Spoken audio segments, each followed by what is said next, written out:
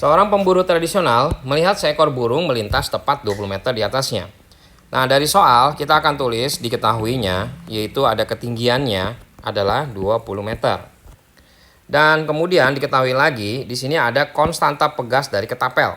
Jadi diketahuinya adalah konstanta pegas itu K, ya, 125 Newton per meter.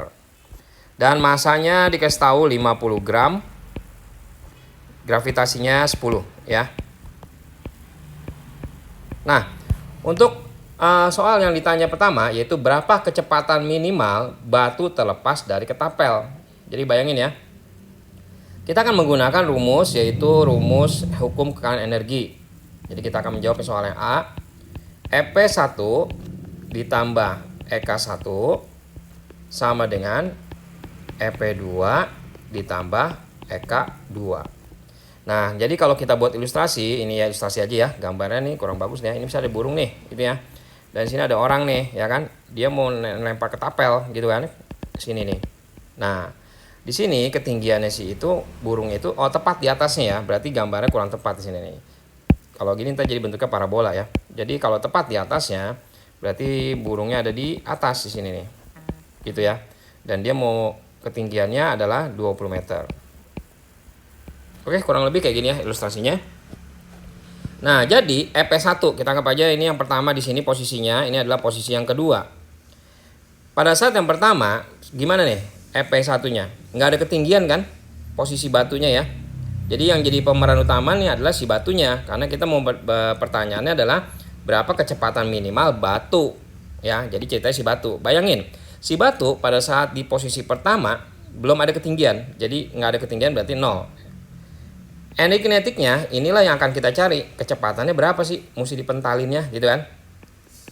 Nah, EP2-nya berarti kan dia mencapai kena burung ya.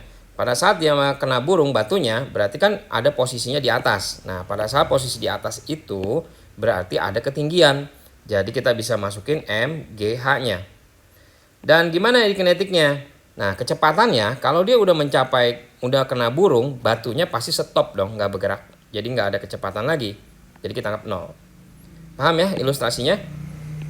Kita coret masanya. Berarti ini 2-nya kita kali sana ya. Jadi V1 kuadrat itu 2GH. Jadi V1 kuadratnya itu V1-nya akar ya. Berarti akar 2GH. Akar 2 dikali 10 dikali H-nya yaitu ketinggiannya 20 meter. Nah, jadi akar 400 yaitu 20 meter per second. Oke? Nah, sekarang pertanyaan yang bagian B, seberapa jauh pemburu tersebut harus meregangkan ketapel? Nah, ini ada kata meregangkan. Berarti kalau meregangkan, ini ada namanya konstanta pegas. Jadi ada energi pegas.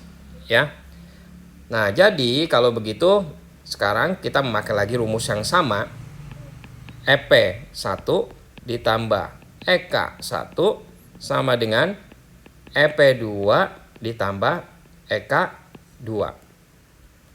Nah, yang perlu kita perhatikan di sini energi potensialnya ini adalah bukan energi potensial yang bendanya lagi berjalan ya, tapi energi potensial di ketapelnya yaitu energi potensial pegas dianggapnya.